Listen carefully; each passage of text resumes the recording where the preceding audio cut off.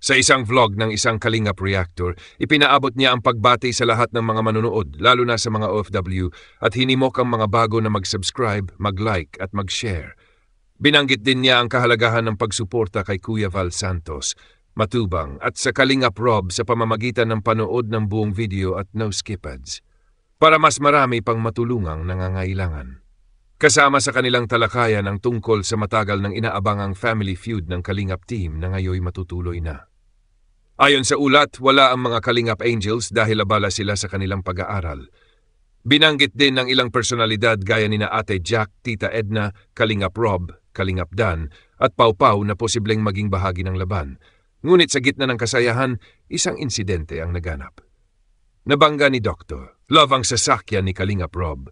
Mabuti na lamang at walang nasaktan, ngunit ang sasakyan ni Dr. Love ay nasira sa bandang harapan. Nabanggit rin na namaga ang kamay ni Redzan dahil sa pangyayari.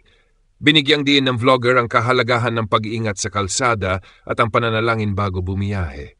Bukod dito, ibinahagi rin ni Papa Eds ang kanyang plano para sa mga susunod na taon. Nais niyang isama ang kanyang mga beneficiary sa mga out-of-town trips sa mga lugar tulad ng Mayon, Legazpi at Baguio upang bigyan sila ng kasiyahan at bagong karanasan. May mga supporters na nagpahayag ng suporta, kabilang ang pangako na magbibigay ng tulong pinansyal kung matutuloy ang plano. Buod pagbati at paalala sa mga manood na mag-subscribe at mag-support sa Kalingap, matutuloy na ang inaabangang family feud ng Kalingap. Walang Kalingap Angels na makakasali dahil abala sa school. Isang aksidente, nabangga ni Dr. Love ang sasakyan ni Kalingap Rob, ngunit walang nasaktan. Namaga ang kamay ni Redzan.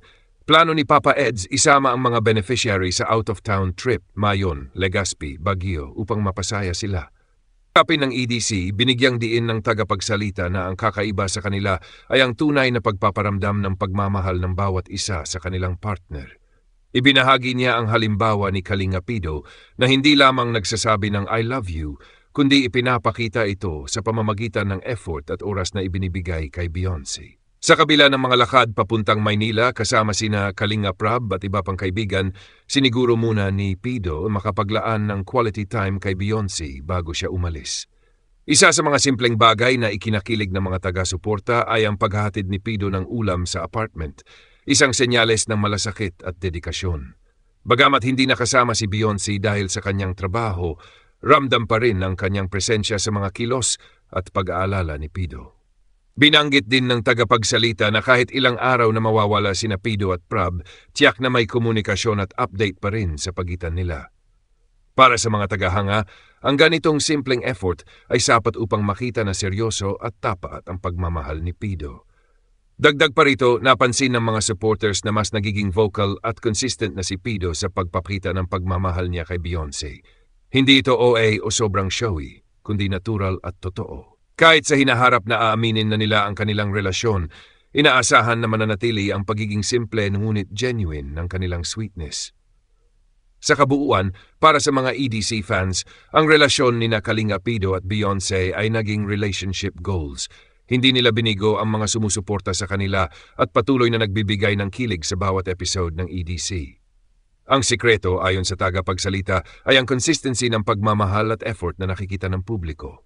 Sa isang vlog ng isang Kalingap reactor, ipinaabot niya ang pagbati sa lahat ng mga manonood, lalo na sa mga OFW, at hinimok ang mga bago na mag-subscribe, mag-like at mag-share.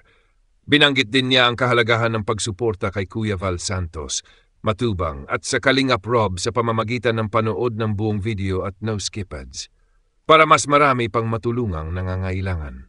Kasama sa kanilang talakayan ang tungkol sa matagal ng inaabangang family feud ng Kalingap team na ngayon matutuloy na. Ayon sa ulat, wala ang mga Kalingap Angels dahil abala sila sa kanilang pag-aaral.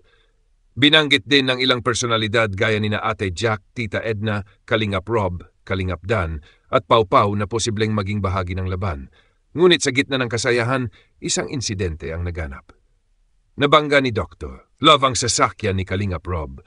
Mabuti na lamang at walang nasaktan, ngunit ang sasakyan ni Dr. Love ay nasira sa bandang harapan. Nabanggit rin na namaga ang kamay ni Redzan dahil sa pangyayari. Binigyang din ng vlogger ang kahalagahan ng pag-iingat sa kalsada at ang pananalangin bago bumiyahe.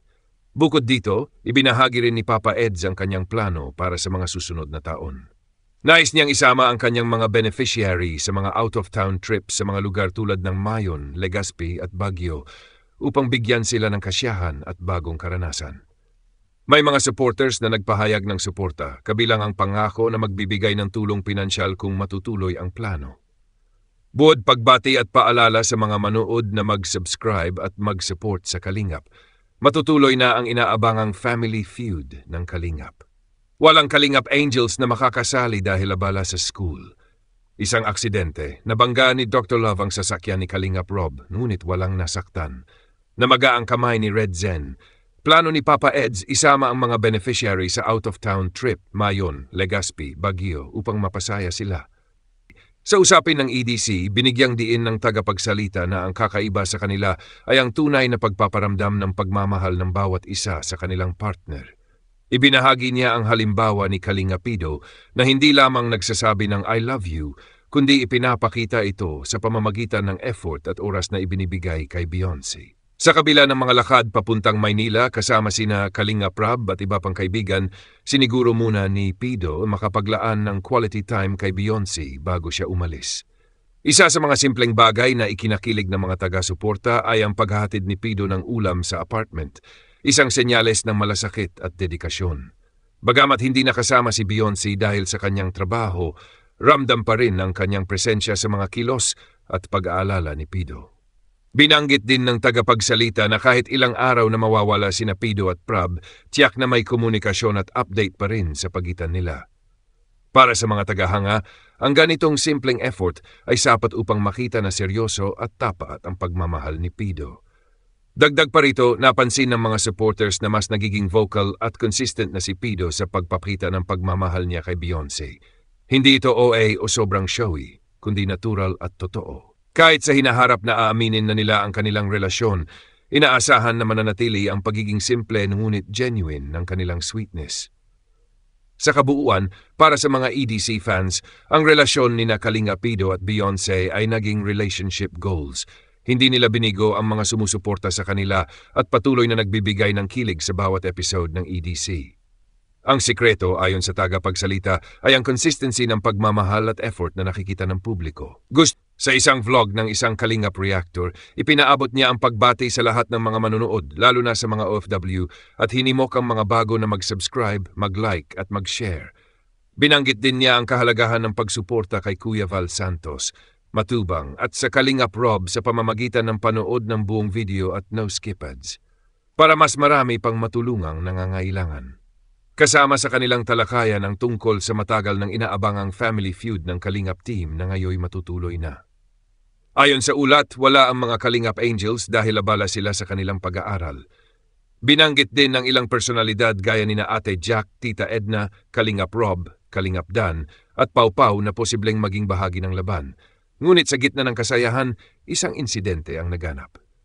Nabangga ni Dr. Love ang sasakyan ni Kalingap Rob. Mabuti na lamang at walang nasaktan, ngunit ang sasakyan ni Dr. Love ay nasira sa bandang harapan.